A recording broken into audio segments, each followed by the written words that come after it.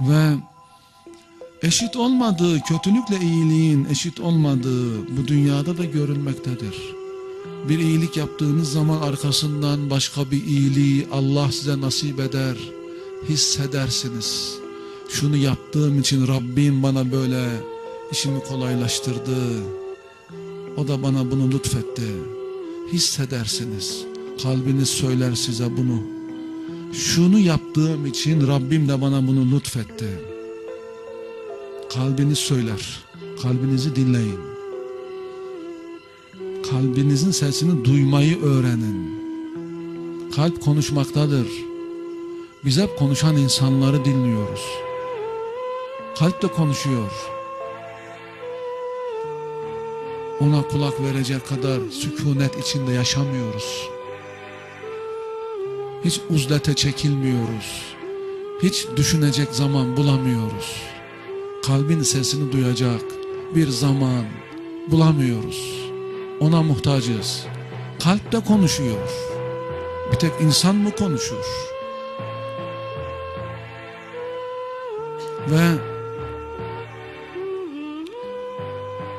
kalpleri onlara gerçeği söylediği halde onlar bazen duymak istemezler. Çünkü duyarsa hayatını değiştirmesi gerekecek. Hayatını değiştirmeyi çok zor görüyor. O günahkar hayat, halbuki asıl o zor olan odur. Onu kolay görüyor. Halbuki kendini jiletlemek zordur. Bıçak vurmak, iğne batırmak zordur. Ama o farkında değildir. Adeta uyuşturulmuştur. Bir gün uyanacak, bir bakacak ki her tarafı yara bere içerisinde. Öyle değil mi? Günahkar bir hayattan bir gün uyandığında, eğer uyanabilirse, bir bakacak ki delik deşik olmuş. O hayatı kolay zannediyor. Halbuki o hayat zordur. Müslümanca yaşamak kolaydır. İslam kolaydır. Günahkar bir hayat zordur. Ama şeytan ona tatlı göstermektedir. Uyuşturmuştur, iğneyi vurmuştur ona.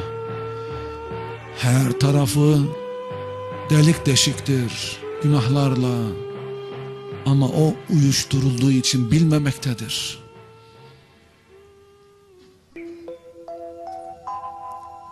Kur'an buyurur ki فَأَمَّا مَنْ أَعْطَى وَاتَّقَى وَصَدَّقَ بِالْحُسْنَى فَسَنُيَسِّرُهُ لِلْيُسْرَى. Bir kimse ki verdi, vermesi gerekeni, malsa mal, cansa can, zamansa zaman, neyse işte, vermesi gerekeni verdi ve muttakilerden oldu, Allah'tan sakındı. Ve hüsnayı da tasdik etti, ahireti, cenneti tasdik etti. Biz ona kolayı kolaylaştırırız. Kolayı. فَسَنُيَسِّرُهُ لِلْيُسْرَى. Kolayı kolaylaştırırız. Ama öbürüne gelince وَأَمَّا مَنْ بَخِلَ وَاسْتَغْنَى وَكَذَّبَ بِالْحُسْنَى فَسَنُيَسِّرُهُ لِلْعُسْرَى. Öbürüne gelince cimrilik eden, vermesi gerekeni vermeyen, amma mal, amma can, amma zaman, vermesi gerekeni vermeyene, cimrilik edene gelince ve kendini müstahni gören, benim öğüde ihtiyacım yok diye düşünen kibirli adama gelince ve hüsnayı da ahireti de inkar eden adama gelince ona ne yaparız? فَسَنُيَسِّرُهُ لِلْعُسْرَى. Ona da zoru kolaylaştırırız. Zor bir hayatı, çirkin bir hayatı, günahlarla dolu bir hayat. Yani Allah günahlarla dolu hayatın zor bir hayat olduğunu ifade eder. onlara hoş geliyor ama öyle değil. Her bir günah bir jilet gibi, bir bıçak gibi. Ama o farkında olmayınca ona kolay geliyor, hoşuna gidiyor, zevk alıyor. Çünkü uyuşturulmuş.